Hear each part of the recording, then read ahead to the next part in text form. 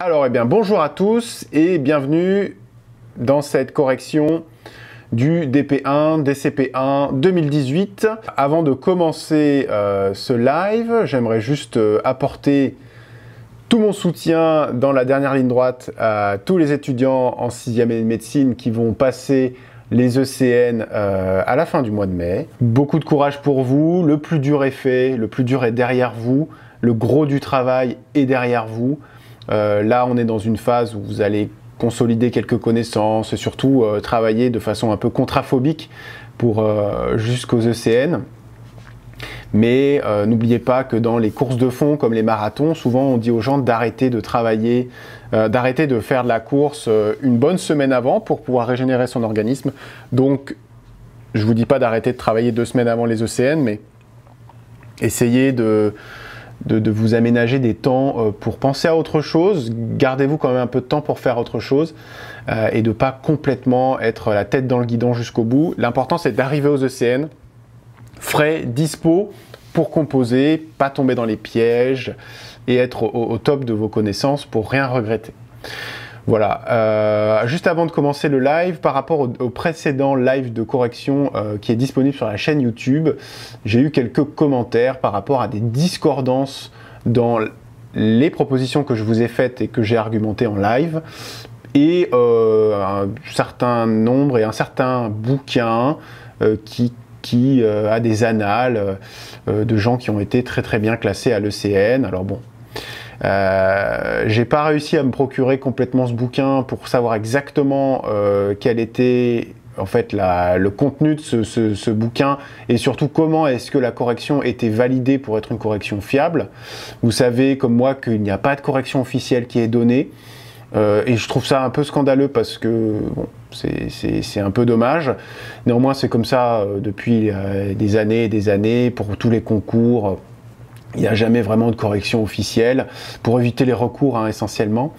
Et du coup, bon, je trouve ça déjà un dommage. Et deux, donc ce bouquin, en tout cas, j'ai lu la préface du bouquin de version 2018. Et en fait, il n'est absolument pas dit que les gens avaient eu 100% au dossier. Et quand bien même ils aient eu une note maximale au dossier, on ne sait pas si des questions n'ont pas été annulées parce qu'elles ont été ambiguës.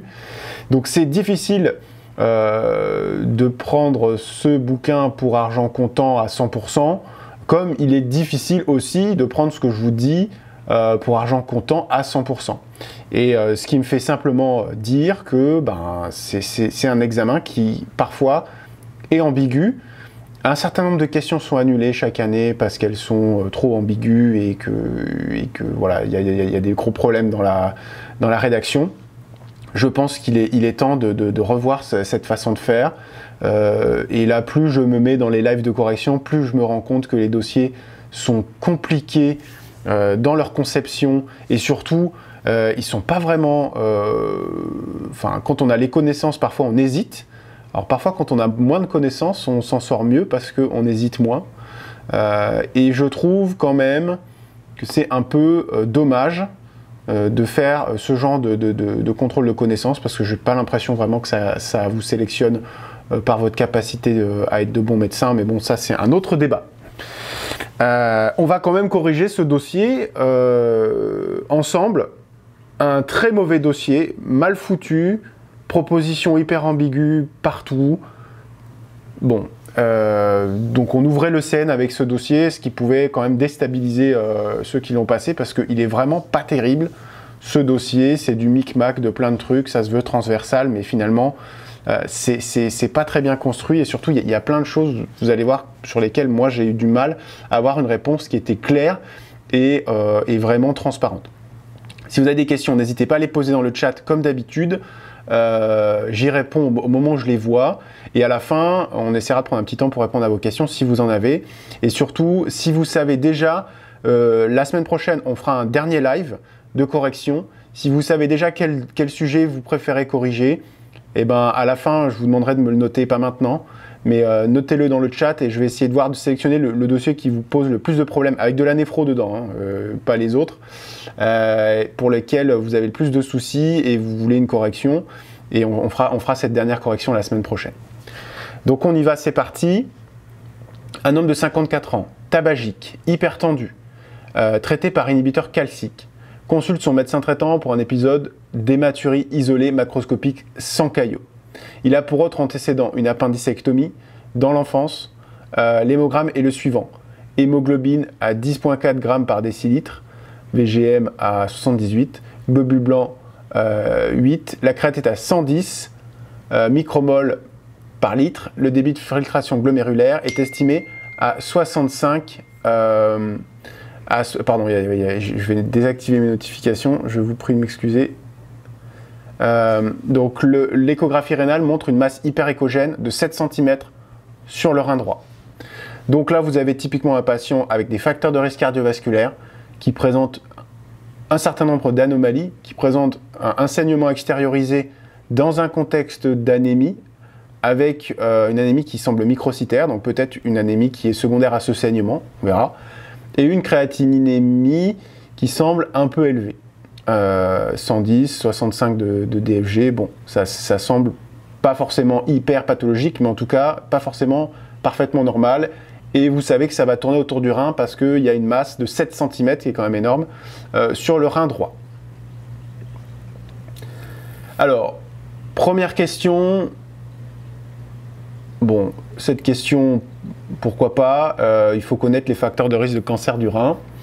Et je pense qu'il y avait un piège ici, c'était la néoplasie endocrinienne multiple. Donc on vous dit quels sont les éléments présents ou à rechercher à l'interrogatoire et à l'examen clinique pouvant faire évoquer une tumeur maligne du rein. Je vous propose 7 corrections. Donc les éléments qui sont des facteurs de risque de tumeur rénale et qui ont été décrites dans la littérature, c'est le tabagisme, l'hypertension artérielle chronique. Il ne me semble pas que le traitement par inhibiteur calcique au long cours soit un facteur de risque de cancer du rein, ce serait quand même dommage. Enfin, c'est possible, les thiazidiques augmentent le risque de cancer spinocellulaire, un risque faible, mais un risque réel. C'est pas la néoplasie endocrinienne multiple, les facteurs de risque, c'est plutôt tout ce qui est phacomatose, notamment la maladie de von Hippel-Lindau, qui présente effectivement un certain nombre de problématiques dans plusieurs organes, et notamment au niveau du rein, un risque accru de cancer. Il y a d'autres phacomatoses qui sont des facteurs de risque génétiques, et il y a aussi, voilà, donc il faut rechercher à l'interrogatoire des antécédents de ces maladies-là et de tumeurs rénales dans l'entourage, ce qui pourrait expliquer éventuellement peut-être des carcinomes papillaires génétiques, des choses comme ça. Et les douleurs lombaires, oui, c'est clairement un point d'appel qui n'est pas très spécifique, mais qui peut être aussi voilà, un point d'entrée dans le diagnostic d'une tumeur rénale. Donc pour moi, les bonnes réponses étaient A, B, E. L'AD était un distracteur pour vous faire, je pense, douter sur est-ce que la maladie de von Hippel-Lindau est une néoplasie endocrinienne multiple. Ce n'est pas le cas. J'ai bien rechecké à plusieurs reprises, il n'y a pas de surrisque de tumeur rénale avec les néoplasies endocriniennes multiples. Il y a des problèmes surrénaliens, problèmes thyroïdiens, problèmes pituitaires, mais pas rénaux. Donc voilà, cette première question, qui était une question, celle-ci n'est pas pour moi ambiguë, et j'aurais répondu ça. On vous demande quels examens vous avez demandé en première intention. Donc là, on est dans l'item tumeur du rein. Donc c'est plutôt les urologues qui font ça, mais on en fait un petit peu aussi en néphro. En fait, pour moi, là, il n'y a qu'une seule réponse qui est bonne. C'est le scanner abdominopelvien avec et sans injection de produit de contraste. Pourquoi? Alors déjà, l'histoire du produit de contraste, là, il y a une insuffisance rénale qui n'en est pas vraiment une, à 65 de DFG, on ne se pose pas trop de questions par rapport à injecter ce patient avec 65 de DFG.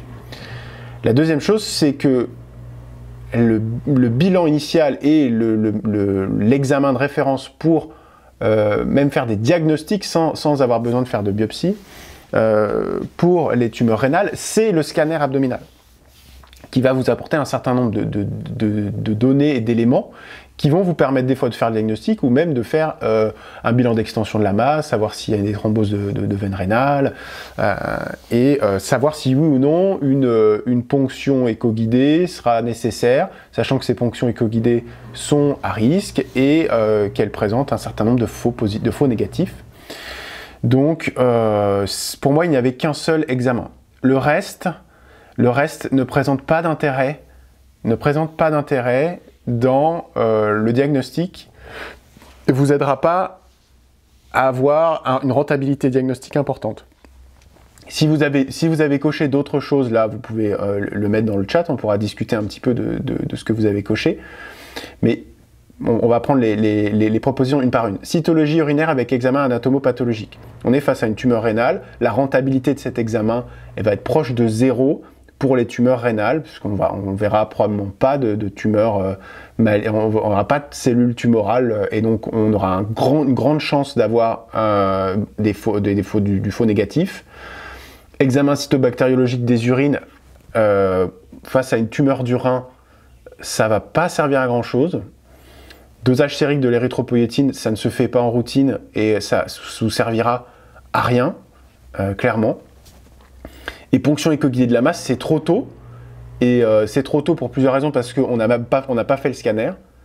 Et sans scanner, on ne biopsie pas.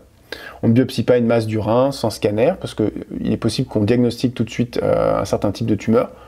Et on peut aussi avoir des problèmes anatomiques, et ces tumeurs-là sont des fois un petit peu plus compliquées à atteindre qu'une biopsie rénale simple. Donc pour moi, il n'y avait pas d'ambiguïté sur le fait qu'ici, on vous demandait de faire le scanner. Donc scanner abdominopelvien avec et sans injection de produit de contraste. Alors là, petite question radio-anatomique. J'ai essayé de cross-checker ce que je vous présente comme réponse. La dernière fois, j'ai eu l'aide de Tuto Radio qui a confirmé les trucs. Là, je ne l'ai pas sollicité. Il fait du surf à Biarritz, donc je l'ai laissé faire du surf. Néanmoins, je vais vous proposer une correction. Si jamais vous n'êtes pas d'accord, on peut discuter et on essaiera de régler ça pour la rediffusion sur YouTube. Donc vous avez un scanner abdominopelvien sur la comp montrée ici, et on vous demande quelles sont les propositions. Il y a 2 flèches. On vous dit c'est un scanner abdominal avec injection. Donc ça, je pense qu'il n'y a pas trop d'ambiguïté sur le fait que c'est effectivement un scanner abdominal avec injection. On vous dit que c'est une coupe coronale. C'est pas une coupe coronale, c'est un plan transversal. La coupe coronale, elle coupe en deux dans le sens avant-arrière. Donc vous avez ici le plan. Donc le plan sagittal va vous couper comme ça, le plan transversal va vous couper comme ça, et le plan coronal va vous couper comme ça. Ok? Donc c'est pas une coupe coronale. La structure 1 est la veine cave inférieure. Alors là, une question, les uros vont plutôt à la néphrectomie si pas de doute sur le fait que ce soit un cancer.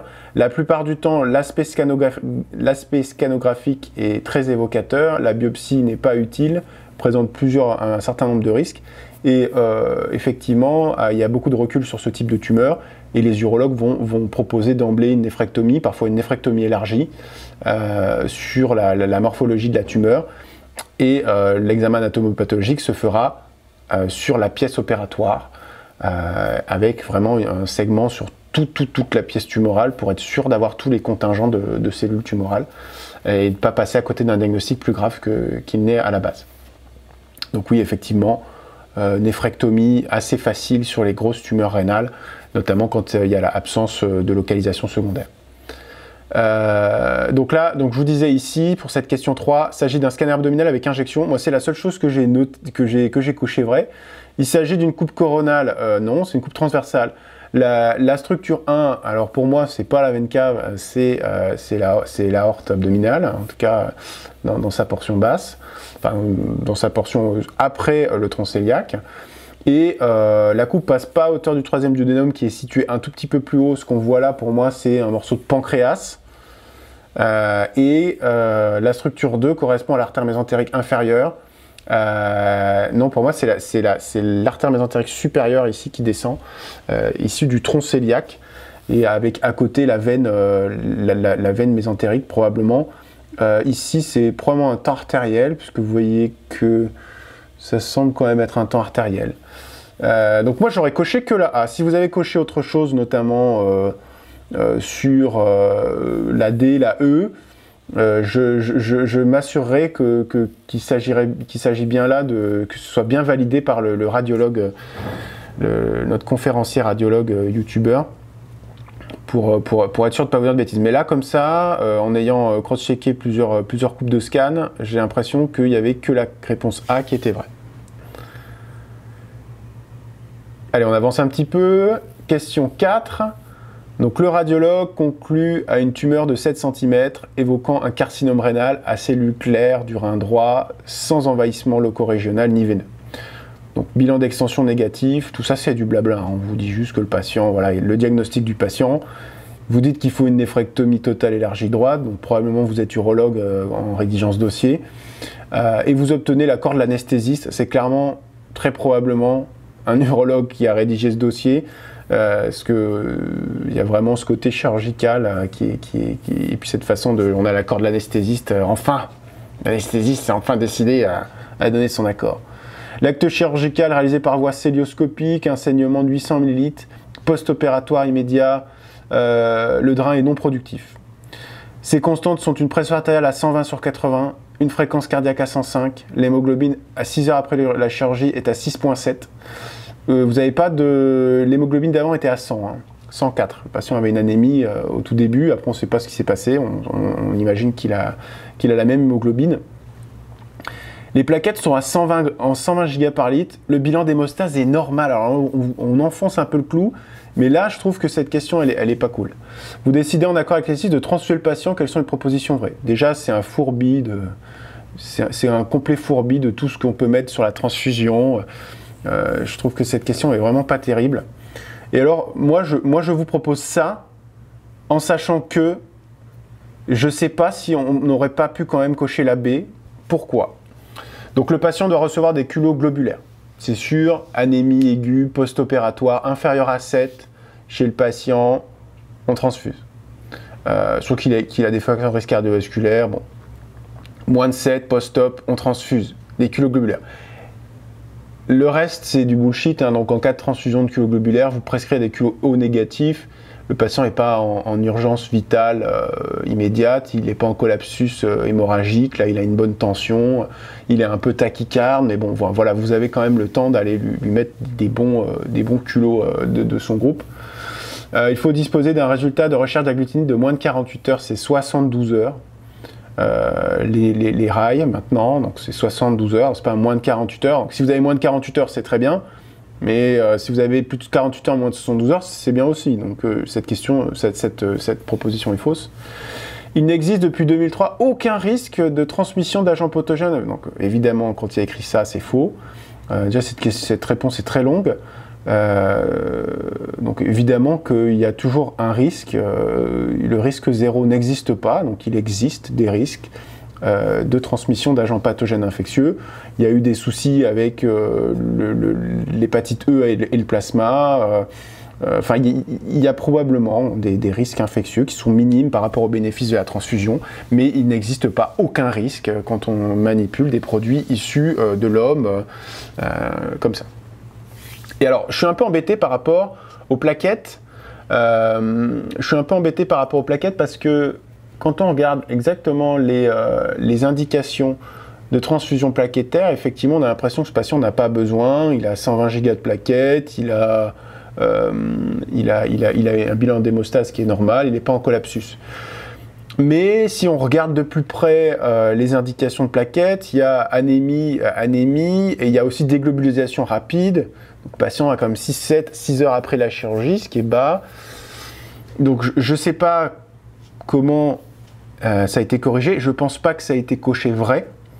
Ce que je veux vous dire par là, c'est que ceux qui ont mis la B, parce que l'anémie est profonde, alors elle est à 6,7, elle est quand même basse, qu'on est en post-op, que c'est précoce, ça se discute, c'est pas faux, c'est pas complètement faux. Après, est-ce que c'était nécessaire? Je sais pas. Moi, je l'ai pas coché dans la correction là, que je vous propose, mais néanmoins, bon, ça peut être sujet à discussion. C'est pour ça que je trouve que là, déjà, ça commence à être un tout petit peu pas très sympa de mettre ça, parce que vous avez pu douter. Si vous avez douté, j'ai douté aussi, donc doutons. Question suivante. Question 5. Donc le patient a reçu 2 culots globulaires, donc pas été transfusé de plaquettes, et ça me renforce dans l'idée que je pense qu'il fallait pas le cocher, même si je vous dis, c'est un peu ambigu, je trouve, comme proposition, si on regarde les indications, les vraies indications telles qu'elles sont écrites dans les items. Donc il a reçu 2 culots globulaires avec un rendement qui est bon. Ah oui, et le drain qui donne pas, ça veut pas dire qu'il n'y a pas d'hémorragie, hein, il peut être bouché. Donc c'est une indication. Si le drain est bouché, il y aura jamais, ça donnera jamais. Si ça pisse la rage dans le drain, bon bah oui, il y a effectivement probablement une hémorragie active. Bref, le patient a reçu 2 culots globulaires, le lendemain l'hémoglobine est à 10, donc bon rendement. La créatinine est mesurée à 168 micromolaires. Quelles sont les propositions vraies? Donc on vous rappelle que le patient au début du cas clinique avait 110 de créate. Et là il a 168. Alors on ne sait pas ce qui s'est passé entre le moment où la première créate, la machin. Mais bon, globalement il a une créate plus élevée qu'au début. On dit qu'il s'agit d'une insuffisance rénale aiguë. Alors moi je vous propose ça comme réponse. Donc il s'agit d'une insuffisance rénale aiguë. Oui, très vraisemblablement, la créatinine était plus basse quelques jours avant. Et là, on a une créatinine qui est à 168. Il faut recalculer le débit de filtration glomérulaire.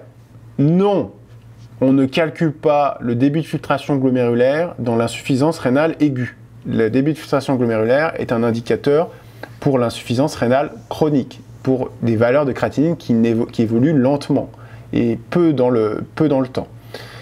Si vous avez une valeur de créatinine et vous extrapolez un débit de filtration glomérulaire dans l'insuffisance rénale aiguë et que votre patient est anurique, votre débit de filtration glomérulaire chez un patient anurique, il est à 0. Quelle que soit la valeur de la créatinine que vous allez avoir à ce moment-là, eh bien, cette valeur sera à 0. Donc le débit de filtration glomérulaire en aigu ne sert à rien et ne représente pas la vraie fonction rénale.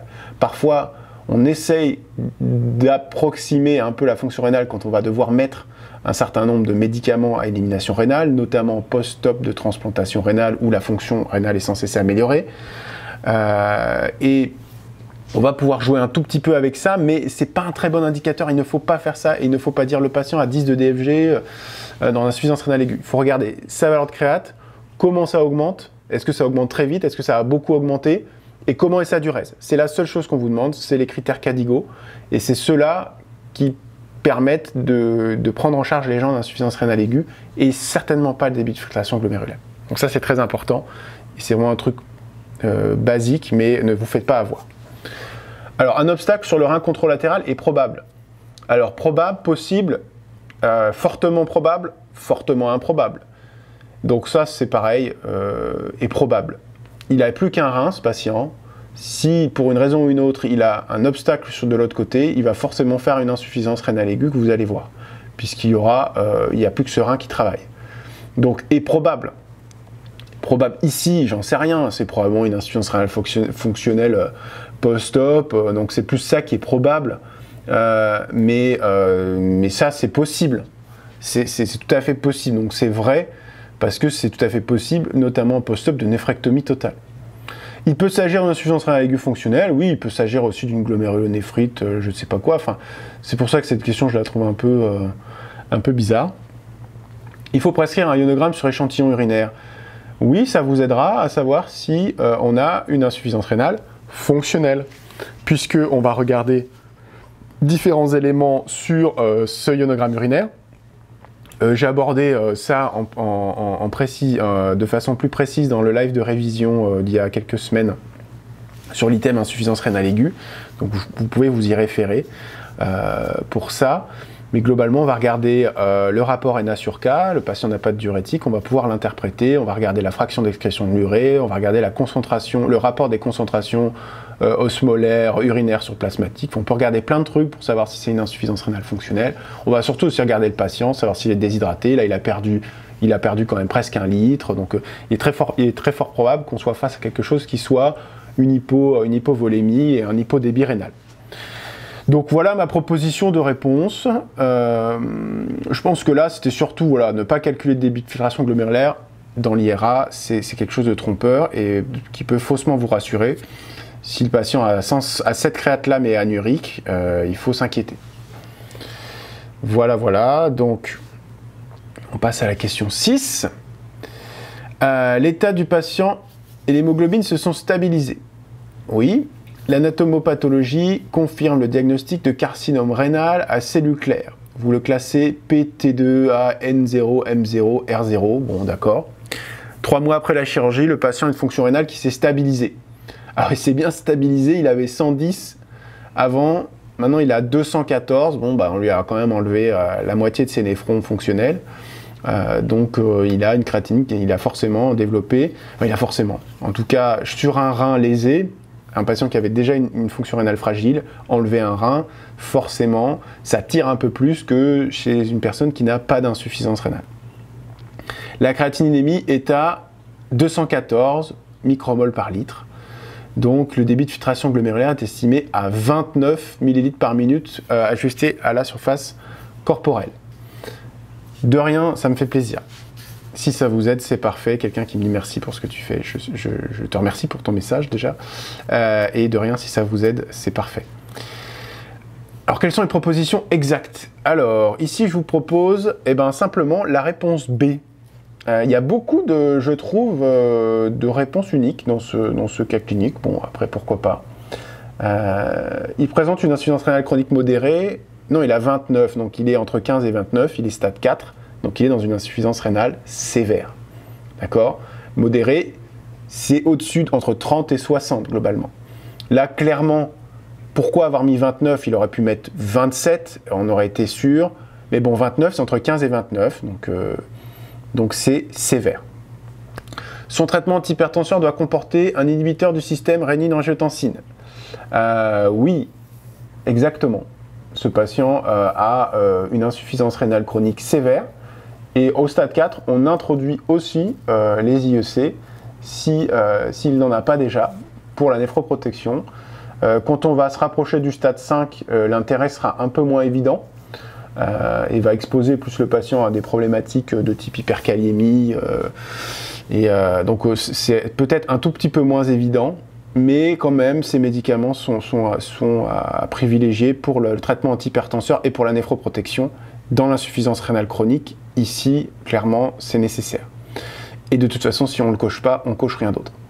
La cible de LDL cholestérol à atteindre est de 1,3 g par litre. Alors là, je ne sais pas si vous avez la visibilité sur ce qui est noté sur ce petit encart de l'HAS. Alors, c'est les recommandations récentes, donc peut-être qu'en 2018, c'était pas ça, mais globalement, c'était probablement plutôt autour d'un gramme jusqu'à il n'y a pas très longtemps. Et aujourd'hui, on est plutôt sur 0,7 g par litre en cas d'insuffisance rénale chronique sévère. On est en plein dedans. Donc clairement, pas 1,3 mais plutôt 0,7 maintenant. Il doit suivre un régime ne comportant pas plus que 1,5 g par kilo de poids de protéines. Bah non, l'insuffisance rénale, on l'a vu, c'est 0,8 g par kilo et par jour. C'est un peu trop, 1,5. Il faut préconiser un régime pauvre en sucre rapide. Bon, ce patient n'a pas de diabète, en tout cas pas diagnostiqué. L'insuffisance rénale, on vous dit déjà de ne pas manger trop de protéines, pas de potassium, pas de machin. Donc bon, les régimes trop riches en sucre rapide vont poser des problèmes chez ces patients-là qui vont avoir une certaine propension à développer de l'insulinorésistance et des choses comme ça. Mais ce n'est pas stricto sensu une recommandation de faire un régime pauvre en sucre rapide dans l'insuffisance rénale chronique. Donc c'est faux. Donc pour moi, la seule réponse juste, c'était la B, le traitement inhibiteur du SRAA. Alors, petite question, comme l'IR ne fait que s'aggraver, est-ce que le DFG est quand même représentatif, même si on n'est pas dans l'aigu? Alors, la question d'avant, c'était vraiment post-op, il a 168 de créate, on assume qu'il est 110, qu'il est sa créate de base avant la chirurgie. Là, il a 168 après la chirurgie, on lui a braqué un rein, donc il y a forcément une petite insuffisance rénale aiguë. Il y a forcément une élévation de la créatinine qui est une insuffisance rénale aiguë parce que d'un coup, le corps doit se réadapter avec la moitié des néphrons. Donc il y a une insuffisance rénale aiguë, il y a en plus une perte sanguine, donc il faut être sûr qu'on n'est pas face à une insuffisance rénale fonctionnelle ou peut-être effectivement un obstacle contralatéral. Donc quand c'est comme ça des variations très très élevées, quand c'est des variations rapides de la créatinine dans l'aigu, le DFG va être ininterprétable. Par contre, si c'est des variations sur plusieurs mois, vous voyez un patient par exemple en janvier qui a 150 de créate.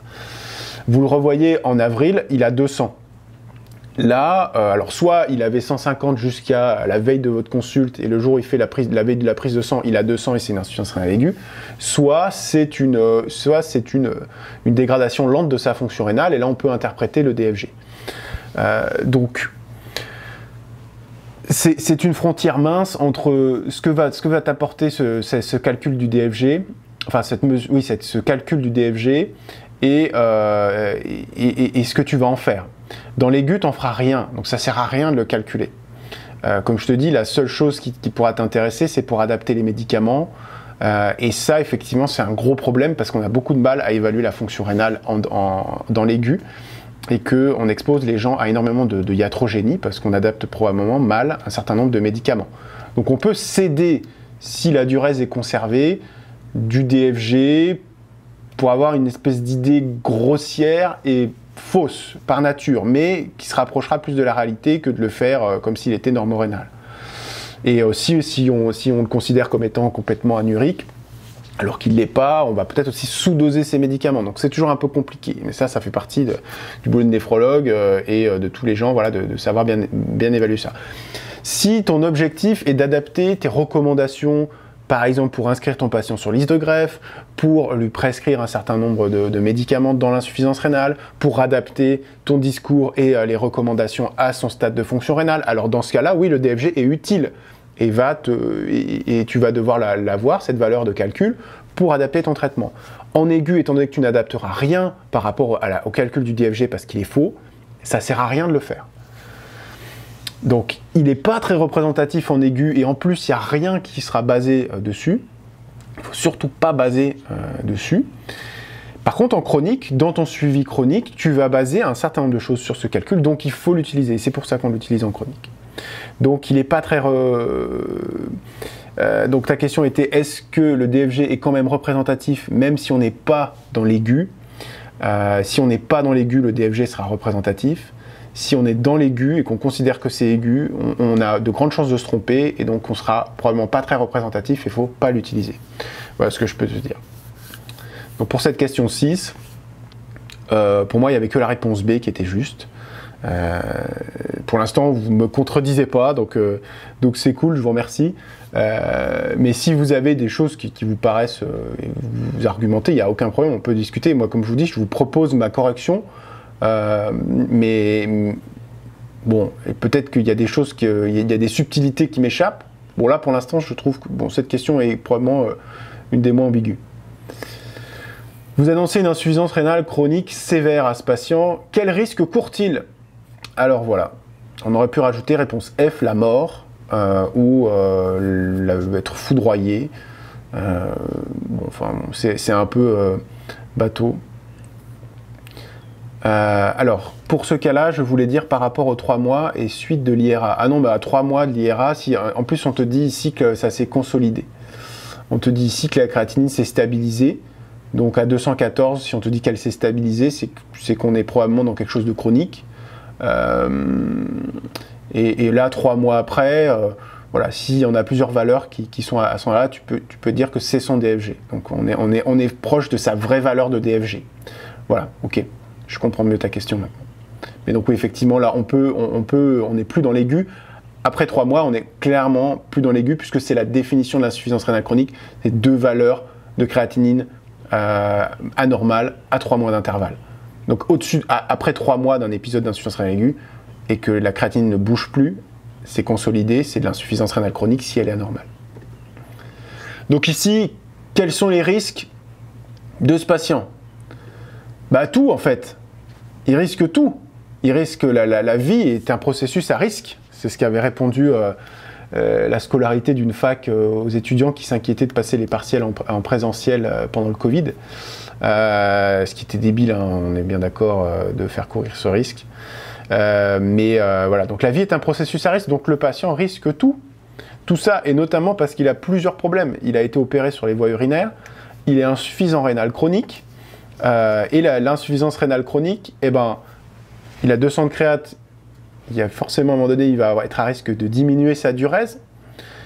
L'insuffisance rénale chronique est un facteur de risque cardiovasculaire majeur à part entière. Énormément de littérature là-dessus. Si vous passez en néphro, si vous voyez les patients, vous allez vous rendre compte tout de suite. Grosse partie de ma recherche est basée sur ce surrisque cardiovasculaire dans l'insuffisance rénale chronique, donc je peux vous assurer que c'est vrai. Et l'hyperphosphorémie, effectivement, c'est une complication de l'insuffisance rénale chronique et notamment sévère.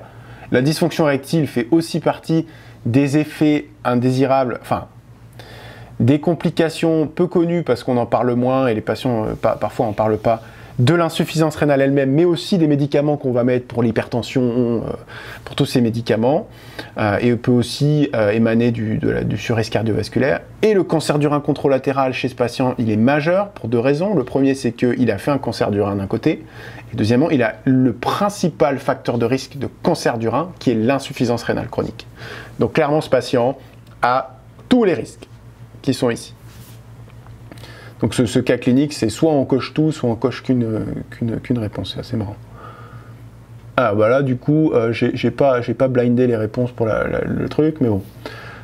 Bon, petite question ALD, ALD tranquillou, là, donc on vous parle de la prise en charge d'affections longue durée par l'assurance maladie. Les réponses vraies. Donc A, le dossier d'ALD rempli par le patient est validé par le médecin spécialiste. Non. Plusieurs problèmes qui sont là. Le dossier ALD n'est pas rempli par le patient, il est rempli par un médecin. Et il n'est pas validé par le médecin spécialiste. C'est le médecin traitant qui remplit la demande d'ALD en concertation avec les spécialistes qui interviennent dans la prise en charge de cette ALD. Et même si c'est l'insuffisance rénale chronique et que c'est son seul problème, en tout cas, c'est pas le néphrologue qui remplit ça. Donc à plusieurs reprises, on m'a demandé, mais c'est pas le néphrologue qui remplit la demande d'ALD, c'est bien le médecin traitant. Donc ce n'est pas vrai ça. Le médecin traitant doit préciser dans la demande de protocole de soins envisagés comprenant traitement, examen et consultation. Oui, ça c'est vrai, le protocole de soins doit justifier quels sont les traitements à envisager, quels sont le rythme des examens, notamment les examens biologiques, des examens d'imagerie, des hospitalisations.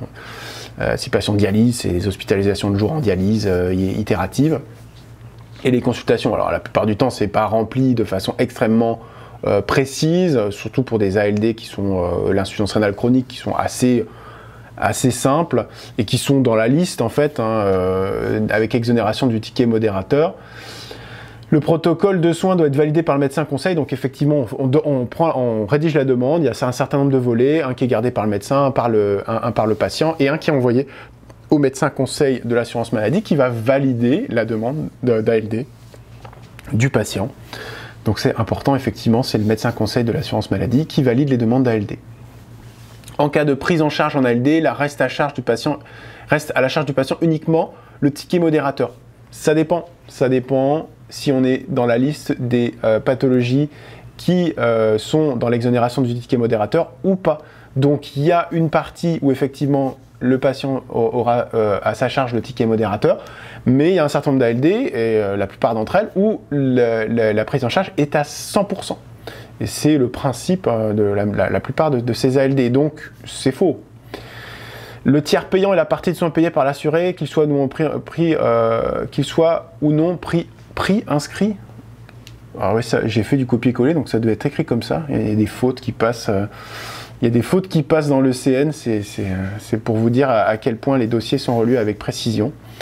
Le tiers payant est la partie de soins qui n'est pas payée, pour le coup, effectivement. Le tiers payant, c'est quelque chose qui est avancé par la Sécu. Vous savez, quand vous allez chez le médecin, généraliste, vous avez 25 €, il y a une certaine partie, si le médecin applique le tiers payant, vous n'allez pas payer 25 €, vous allez simplement payer 2 tiers, et il y a un tiers qui sera déjà payé. Donc non, le tiers payant n'est pas la partie des soins payés par l'assuré, qu'il soit ou non prix inscrit, ça veut dire, en ALD. Et si patient en ALD à 100%, il ne paye rien du tout pour les soins qui sont relatifs à son ALD. Bon, petite question santé publique pour faire naître des vocations. Alors, après 3 ans de suivi pendant lesquels le patient n'a pas interrompu son tabagisme, pas bien, avec un contrôle médiocre de la pression artérielle malgré le traitement par IEC, oui, ben, il fallait peut-être en rajouter d'autres, le patient a des débit de filtration glomérulaire estimé à 12 ml minute. Et là, il y a des trucs sur lesquels je ne suis pas d'accord avec la correction, que je vous ai montré, enfin, vous verrez. Le patient a une diminution de l'appétit, voire un dégoût de la viande. Il a 172 sur 95, il a des œdèmes des membres inférieurs discrets, pas de crépitant, enfin on vous dit qu'il n'est pas en surcharge pulmonaire. L'auscultation cardiaque, pas de particularité. Son ionogramme sanguin, il a 6 mmol de kaliémie, une bicarbonatine à 18, il est acide. Quelle est votre interprétation de l'électrocardiogramme ci-dessous? Vous avez ce magnifique électrocardiogramme, donc vous avez bien pris la peine de montrer que l'onde S était complètement démesurée dans les dérivations antérieures. Donc on vous demande de l'interpréter. Voilà, c'est un rythme sinusal, il y a des ondes P devant chaque complexe, il n'y a pas de bloc sino-auriculaire, il n'y a pas de pause à un moment donné du rythme, donc il n'y a pas de pause sinusale, quoi. Les ondes T sont évocatrices d'une hypercalémie, non, on n'a pas des ondes T amples, pointues, symétriques dans toutes les dérivations, on n'a pas du tout ça. On n'a pas des complexes QRS qui sont élargis, ils sont plutôt fins. Par contre, on a un R5-S1 qui est monstrueux. Là. À S1, vous avez des cheminées de l'espace. Et donc là, ce patient a très vraisemblablement une hypertrophie ventriculaire gauche. En tout cas, il a une hypertrophie électrique. Ça peut se confirmer en échographie. Donc, voilà les réponses pour cet ECG. Pas très compliqué, pas un ECG de cardio non plus. Donc là, il n'y avait pas trop de pièges sur cet ECG. Et alors là, il y a deux façons d'interpréter cette question.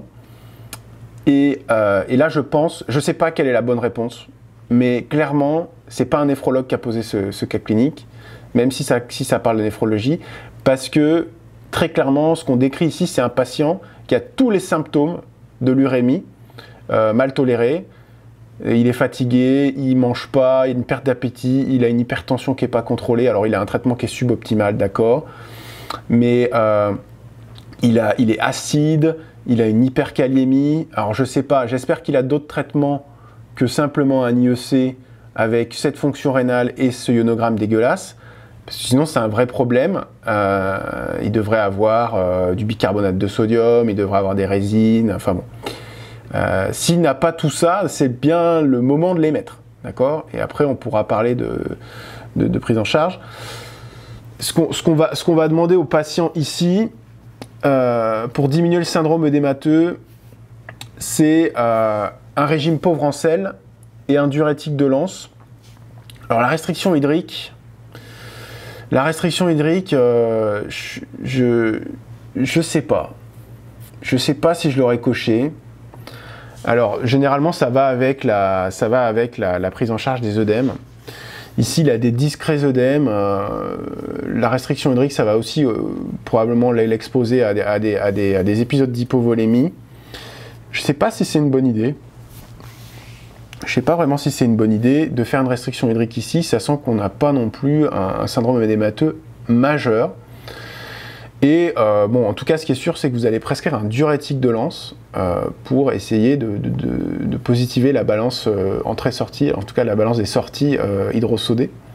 Le thiazidique, il a 12 millilitres-minutes, donc il a plus du tout d'efficacité, en tout cas une efficacité infinitésimale sur la natriurèse et l'hypertension à ce niveau de fonction rénale. Donc non. Et la E,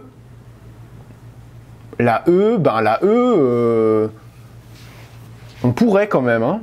Le type a 6 de kaliémie, 18 de bicar, il est très urémique, il respecte pas, donc on est vraiment face à la personne qui va être difficile à gérer et chez qui en fait une mise en dialyse va pouvoir régler un certain nombre de problèmes. Donc honnêtement, je pourrais pas dire que j'aurais pas coché la E. Dans la philosophie du cas clinique, je pense que c'était pas demandé, mais clairement c'est ambigu parce qu'il a. Et j'ai relu le QN sur l'insuffisance rénale terminale, et on vous précise bien que le début de l'hémodialyse, donc c'est en dessous de 15 ml/minute, et selon la tolérance de l'hypertension, s'il y a des trous bioniques, tout ça. Donc en fait, on est pile dedans. Sauf que pour le syndrome œdémateux ici, si le patient n'a pas de diurétique, il faut peut-être commencer par lui mettre des diurétiques avant de dégainer la dialyse. Et si malgré les diurétiques à bonne dose, le patient est toujours en surcharge, alors dans ce cas-là, oui, on va proposer l'hémodialyse. Mais ici, ce patient a plusieurs autres signes de mauvaise tolérance de l'insuffisance rénale terminale ici. Et il est peut-être temps de lui proposer de commencer la dialyse, en tout cas de le préparer à ça. Donc je suis un peu entre deux pour la B et la E, et je ne sais pas bien s'il fallait les cocher. Moi, j'aurais pas fait de restriction hydrique ici parce que le patient a clairement de discrets œdèmes des membres inférieurs.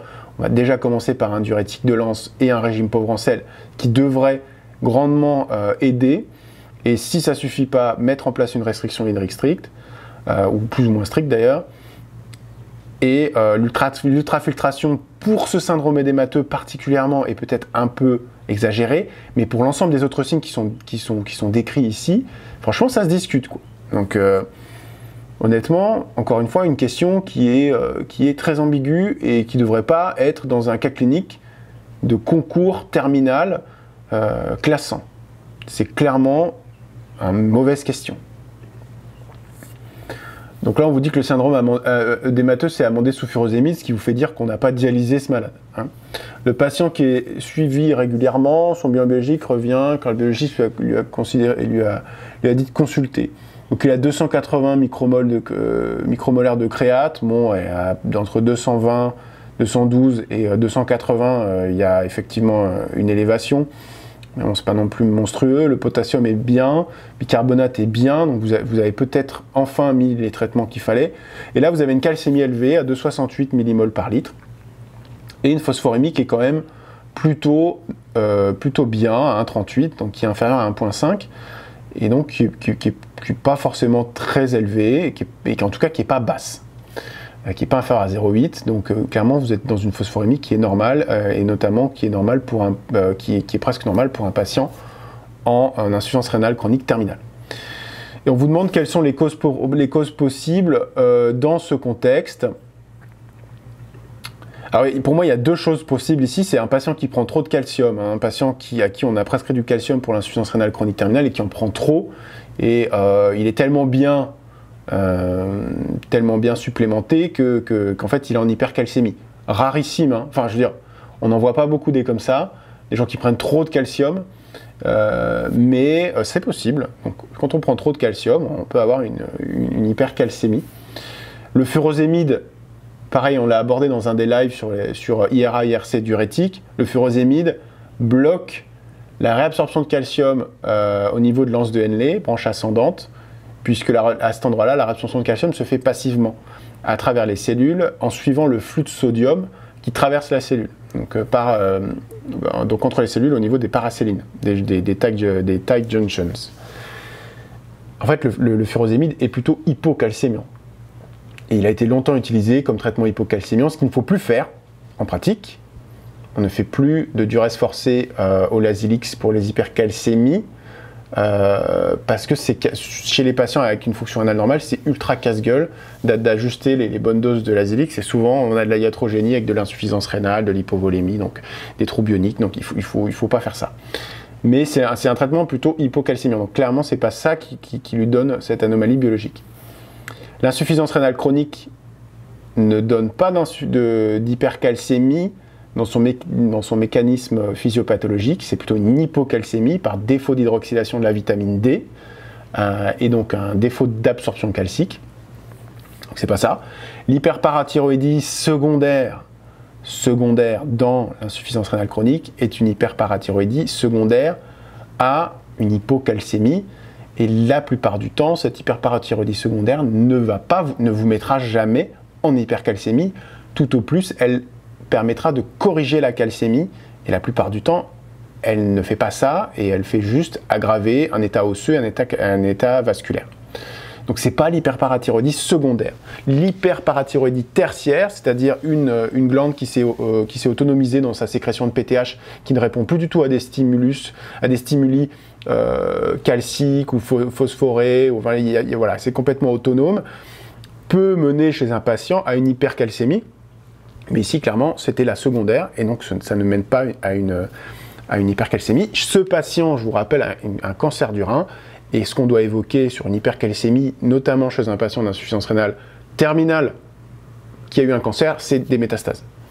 Clairement, il faut évoquer les métastases osseuses du cancer du rein, qui a un cancer qui métastase assez bien au niveau osseux. On vous demande le bilan à faire face à cette hypercalcémie. Alors, on vous dit 2-3 trucs. Il a des douleurs du rachis lombaire diffus, donc ça sent pas très bon cette histoire. Électrocardiogramme superposable, ce qui veut dire que vraisemblablement il n'y a pas d'hypercalcémie maligne. Quel examen complémentaire pour explorer cette anomalie biologique? Petite blague pour ceux qui écoutent du rap US rétro. Donc pour moi, on pouvait cocher 4 items sur 5. La calcémie ionisée, vous avez besoin de la calcémie ionisée, puisque c'est la calcémie ionisée qui va faire votre diagnostic d'hypercalcémie. Est-ce qu'on est face à une hypercalcémie ionisée, ou est-ce que c'est enfin voilà, il peut y avoir à 2,68, pas forcément une calcémie ionisée qui soit très très élevée. Néanmoins, ça fait partie de votre bilan d'hypercalcémie d'avoir une calcémie ionisée. Donc ça, c'est important d'avoir cette calcémie ionisée. Vous avez besoin ici d'avoir la valeur de PTH. Est-ce que la PTH est adaptée à l'hypercalcémie? Et on l'attend effondrer, cette PTH, puisque si elle n'est pas effondrée, alors vous êtes probablement dans le cadre d'une hyperparathyroïdie, soit primaire, mais ici plutôt tertiaire, dans l'insuffisance rénale chronique terminale. Donc vous avez besoin de cette PTH. Le test de Pâques, alors j'ai dit les tests de Tupac, le test de Pâques c'est une charge calcique, hein. On va vous faire bouffer du calcium, ça se fait essentiellement dans les lithiases pour voir si vous avez une excrétion de calcium dans les urines supérieure à la normale, si vous avez, voilà, et aussi les charges en calcium font augmenter votre calcémie, tout ça. Donc là en fait on ne va pas apporter du calcium à quelqu'un qui est en hypercalcémie, donc surtout ne cochez pas ce test-là dans l'hypercalcémie, ça ne se fait pas, c'est dangereux. La PTH-RP, alors la PTH-RP, est-ce qu'il faut le faire tout de suite?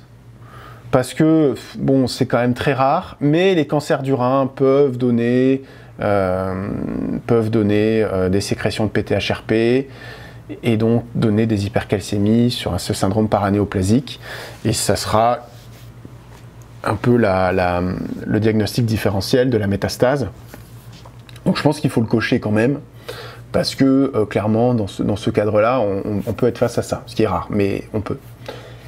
Et la scintigraphie osseuse, parce qu'il y a quand même une symptomatologie de rachis lombaire dans un contexte d'hypercalcémie, et que je pense que cet examen est pertinent, surtout si vous avez une PTH effondrée, pour savoir si effectivement vous confirmez la présence de métastases osseuses chez ce patient. Donc, patatras, vous découvrez des métastases osseuses. La fonction rénale continue à se dégrader et vous réévaluez les possibilités de traitement de l'insuffisance rénale terminale. Quelles sont les propositions exactes? Seule proposition que je retiens comme étant vraie ici, c'est la réponse D. La réponse D. Le reste, pour moi, c'est faux. Alors, on va les prendre une par une. Un cancer métastatique est une contre-indication à la mise en dialyse? Non.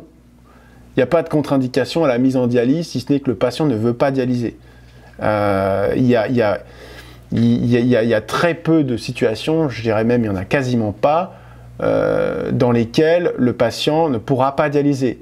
Pas possible de lui faire d'abord vasculaire, refus catégorique du patient, fin de vie, patiente de 150 ans, en choc septique, anurique, grabataire, GIR 1, ouais, ok. Ça, c'est peut-être une contre-indication, et encore, on pourrait éventuellement des fois dialyser des patients comme ça, sous pression de la famille. Enfin, pourrait faire des choses comme ça. Mais le cancer métastatique n'est pas du tout une contre-indication à la dialyse, à la mise en dialyse.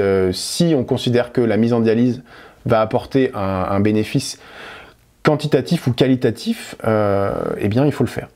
L'hémodialyse confère un avantage de survie par rapport à la dialyse péritonéale.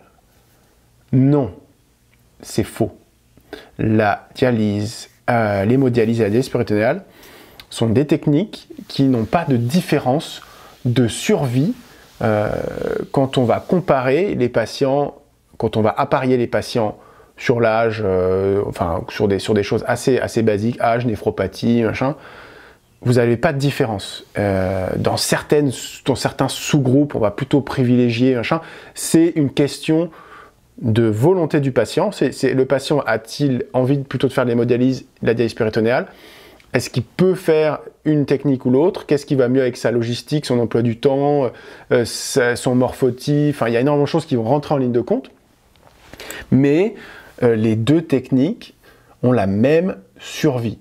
Ce qui est différent, et c'est un peu, enfin c'est toujours pareil, c'est des questions sémantiques. C'est écrit dans le QN comme ça, c'est écrit encore à la dernière édition, mais l'hémodialyse, c'est la technique qui a la meilleure survie, on va dire, dans la technique.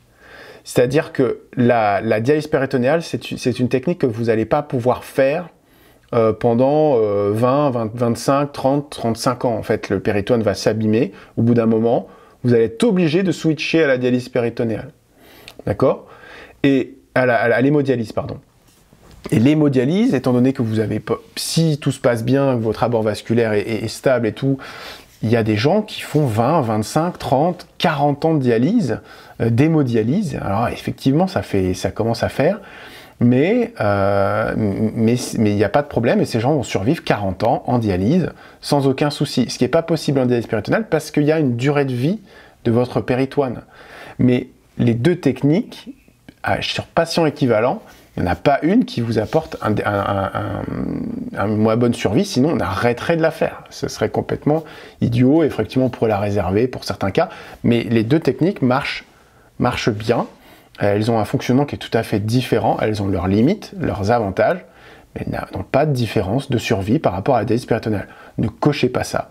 Mais ce qui est écrit dans votre QN, c'est que l'hémodialyse est la technique qui a la plus grande survie dans la technique. C'est-à-dire qu'on peut mettre des gens à 18 ans en dialyse et les retrouver à 60 ans, toujours en dialyse. Par contre, vous n'allez jamais trouver un patient de 18 ans en dialyse péritonéale à 60 ans en dialyse péritonéale. Très certainement, ce patient sera en hémodialyse à ce moment-là. J'espère que vous avez compris la nuance pour ne pas vous faire piéger et pour ne pas cocher ça vrai.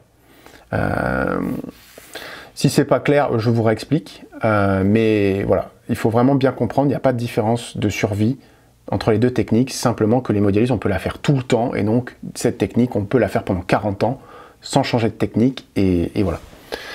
La confection d'une fistule artério-veineuse est contre-indiquée compte tenu du pronostic engagé. Alors, bon, il a des métastases osseuses, très bien, il a une fonctionnelle qui se dégrade. En fait, la métastase osseuse ne contre-indique pas la création d'une fistule artério-veineuse. Il y a peu de contre-indications à la fistule artério-veineuse. Alors, il y a bien malin, il fut un temps, on disait non, il faut faire fistule pour tout le monde, parce que meilleure survie, meilleur abord vasculaire pour l'hémodialyse, moins de complications infectieuses, meilleur débit de la machine, plus facile à vivre quand même néanmoins qu'avoir un cathéter. Donc meilleur accès vasculaire. Chez certains patients, il y a certaines études qui ont montré que peut-être que dans certaines populations, faire une fistule, ça les exposait à de la chirurgie, parfois ça marchait pas. Donc finalement le cathéter c'était pas si mal. Mais bon, c'est des choses qui sont mouvantes, qui changent tout le temps et qui sont très centre-dépendants. Donc la confection, elle n'est pas contre-indiquée. Ici, moi je trouve que le pronostic, il est engagé, on n'en sait rien. Enfin, métastase osseuse, combien de temps on lui laisse. Mais les fistules basses, très simples, radio-radiales distales qu'on fait ici, très clairement, ça peut être fait chez des patients qui ont des cancers métastatiques et qui ont 1 an, 2 ans, 3 ans, 5 ans. Enfin, on ne sait pas combien de temps ils ont d'espérance de vie, mais néanmoins, si c'est pas moins de 3 mois, on a intérêt à... Enfin, on peut faire une fistule, quoi. Donc je vois pas pourquoi on ferait pas de fistule ici. Réponse D, un cathéter veineux central peut être mis en place pour débuter l'hémodialyse. Oui, tout à fait. Hein. C'est même probablement ce qui va se passer chez ce patient qui a une fonctionnelle qui se dégrade et un contexte d'impréparation totale à la dialyse, hein, ce qui est quand même un peu embêtant, avec 12 minutes qu'il n'ait pas une fistule, s'il veut faire l'hémodialyse et pas de la dialyse péritonéale. Donc là, il faut effectivement débuter la dialyse sur un cathéter tunnelisé. Et on doit discuter une transplantation à partir de nerfs cadavériques. Alors typiquement là, on est chez un patient qui a un cancer actif, qui a des métastases osseuses, donc qui est clairement pas en rémission. Les cancers du rein, alors pas tous les cancers du rein, mais un certain nombre de cancers, retenez la date de 5 ans. Et ça c'est modulable pour certains cancers. Ça peut être 1 an pour certains, 2, 3, 5 ans pour la plupart. On ne transplante pas un patient qui a fait un cancer dans les 5 ans, qui suivent sa rémission. En fait, on veut qu'il soit pas qu'en rémission, on veut qu'il soit guéri. Donc après 5 ans, on considère que le patient est guéri, parce qu'on va lui mettre une flopée d'immunosuppresseurs, dont un des risques majeurs est le risque de néoplasie. Et c'est aussi un des enjeux de votre bilan pré-transplantation, de dépister, de traquer tous les signes de néoplasie avant de transplanter un patient, parce que du moment où vous allez lui mettre des immunosuppresseurs, vous pouvez faire flamber de façon dramatique des cancers. On a vu beaucoup d'histoires, beaucoup. Il y a eu des histoires tragiques après transplantation. Donc ce patient-là, clairement, ne peut pas être transplanté. S'il est un jour en rémission complète, il pourra l'être. Mais là, clairement, c'est mal barré. Et là, clairement, il ne peut pas être transplanté. L'épouse du patient vient vous voir pour vous dire qu'elle a entendu parler lors d'une émission de télé de la possibilité de donner un rein. Alors là, du coup, voilà, elle vient vous voir. Souvent, les patients disent est-ce que je peux lui donner un rein, tout ça. Donc, et vous leur dites non, effectivement, dans ces conditions-là. On vous demande de façon générale, concernant les donneurs vivants, quelles sont les propositions vraies. Bon, encore une fois, il n'y avait qu'une seule réponse vraie ici.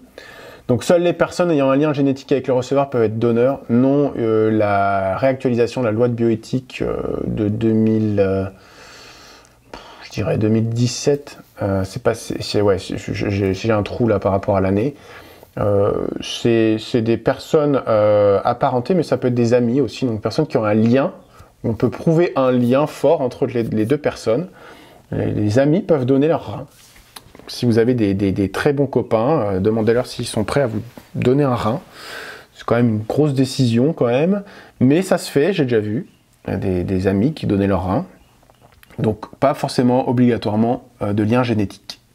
La transplantation peut se faire en conditions ABO incompatibles. On parle ici de transplantation de dons vivants, c'est-à-dire un donneur, une chirurgie programmée, un receveur qui va, voilà, très peu d'ischémie entre le moment où on prend le rein et on le met dans le receveur. Et donc la capacité de préparer, par une immunosuppression plus lourde, des patients à une transplantation ABO incompatible. C'est tout à fait possible. Et ça ne se fait que en don vivant, puisqu'on ne peut pas faire ce protocole de désimmunisation en don cadavérique, puisque généralement la transplantation se fera en moins de 24 heures, et que ce sont des processus qui prennent plusieurs semaines. Enfin, en tout cas, c'est des injections de biothérapie à visée immunosuppressive, type rituximab, c'est des plasmaphérèses, c'est du dosage de titres d'anticorps, parfois de l'immunoadsorption, enfin un tas de trucs. Donc ça se prépare, ça se planifie, et ça ne peut se faire que dans le cadre du donneur vivant.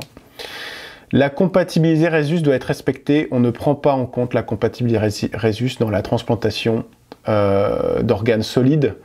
Donc, pas de prise de tête avec le Rhesus. Le groupe, oui. Dans cadavérique, on fait que de la transplantation isogroupe. Le résus, on s'en fiche complètement. Il y a très peu d'expression de résus sur les cellules d'organes solides. C'est essentiellement sur les cellules hématopoïétiques. Il y a un petit peu d'expression du groupe ABO sur les cellules endothéliales du greffon. C'est pour ça qu'on fait en isogroupe, parce que ça peut être le lit de rejet. Et l'ABO incompatible veut dire qu'on fait une immunosuppression au préalable pour supprimer tous les anticorps du patient, et ensuite derrière lui induire une immunosuppression sur le long terme qui fera qu'il ne fera pas réapparaître ces anticorps anti-groupe sanguin. L'incompatibilité HLA entre le donneur et le receveur est une contre-indication formelle. Et bien si on applique ça, eh bien on ne transplante personne. En fait, l'incompatibilité HLA, c'est la routine de la transplantation. On va avoir un certain nombre de mismatchs HLA que l'on va tolérer. Alors il y a différents groupes HLA, hein, DR, DP, A, B, C, enfin il y en a plein, même il y a plein de groupes qui sont encore minoritaires et pas connus. Ce qu'on ne va pas faire par contre, c'est transplanter un patient qui présente des anticorps anti-HLA. Et on ne va pas transplanter ce patient avec un donneur qui présente cet haplotype HLA. Parce que ça, c'est rejet quasi assuré, rejet humoral, et donc le rejet humoral est entre guillemets le plus grave des rejets, et celui qui se traite le moins bien, et qui a un pronostic péjoratif sur le greffon et aussi sur la vie du patient. Donc on ne transplante pas des patients qui ont des anticorps anti-HLA avec des reins qui présentent cet antigène HLA. Ça paraît assez logique. Quand je dis on ne fait pas, si vous passez en néphro et faites de la transplantation, vous verrez qu'on le fait des fois dans certains centres. Et pareil, on prépare les patients avec de l'immunosuppression parce qu'on n'a pas le choix, ou parce que des fois, dans le processus, paf, on se rend compte que le patient en fait a un anticorps et c'était pas connu. Et il a été transplanté avec l'antigène, et donc on va préparer le patient un peu différemment.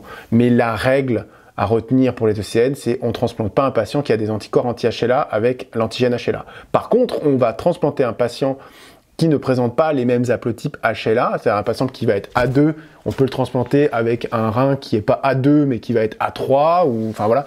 Enfin, vous allez avoir des mosaïques qui sont déterminées par l'agence de biomédecine, et en fait, forcément, le patient sera à risque de développer des anticorps contre les haplotypes HLA qu'il ne porte pas lui, mais c'est tout l'enjeu de lui mettre des immunosuppresseurs, et ça se passe plutôt bien la plupart du temps.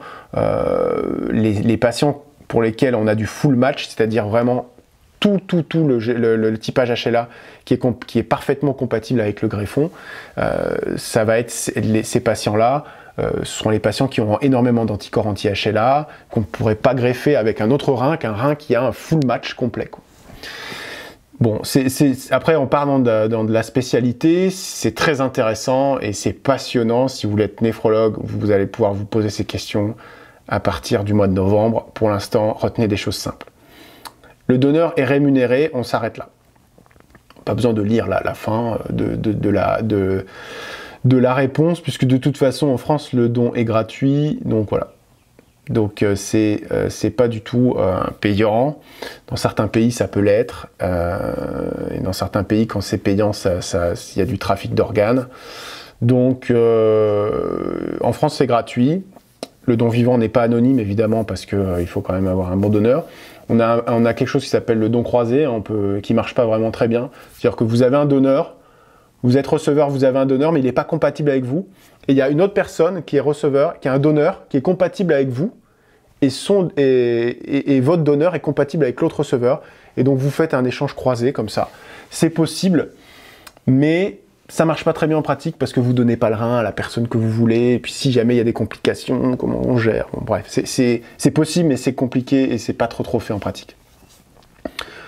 Voilà, je crois qu'on a fini. On a fait une petite heure de correction. Un DP plutôt uro-néphro, plutôt uro que néphro quand même, mais bon, il y a quand même de la néphro. Des questions ambiguës comme d'habitude. Alors j'ai l'impression que l'ensemble des ECN sont ambigus. Moi ça m'embête beaucoup parce que ça vous sélectionne pas bien en fait. Et effectivement, je dis pas que le top 100 sont pas des gens qui ont énormément de connaissances, c'est probablement vrai, hein. mais je pense pour une certaine partie, ça peut se jouer quand même beaucoup à la pièce de monnaie, sur certaines propositions ambiguës, qui sont peut-être supprimées. Encore une fois, quand c'est trop ambigu, la question est supprimée, il y a tellement de questions que très probablement, c'est pas trop un problème. Mais je pense qu'un peu plus de rigueur et des trucs un tout petit peu plus intéressants pour votre pratique d'après serait plutôt bienvenu. Mais bon, c'est un avis personnel. Si vous avez des questions, j'y réponds avec plaisir maintenant. Sinon, eh ben, écoutez, j'ai plus qu'à vous souhaiter beaucoup de courage pour les D4 et beaucoup de courage pour tous, en fait, pour vos études. Ça va bien se passer. Vous serez tous médecins à la fin. On se bat pour que chacun puisse exercer dans de bonnes conditions. Donc ça, on espère qu'on continue à débusquer les endroits où il y a de la maltraitance et la faire arrêter. Mais néanmoins, voilà, vous serez tous médecins, vous ferez tous un métier qui vous plaît, et si ça vous plaît pas, vous changerez de métier. Il y a plein de choses à faire en ce bas monde, donc ne vous inquiétez pas pour ça. Si vous avez, pour ceux les courageux qui sont encore là, des DP, enfin un DP particulier qui vous pose problème, dans lequel il y a de la néphro, que vous voulez corriger pour la dernière session de live la semaine prochaine, mettez-le en commentaire ou passez-nous un petit message sur les réseaux sociaux que je vous montre ici. On essaiera donc de sélectionner le DP qui a été le plus plébiscité. Voilà, si pas de questions, on finit le live et je vous dis à la semaine prochaine pour le dernier live de correction de cette année. Allez, à la prochaine!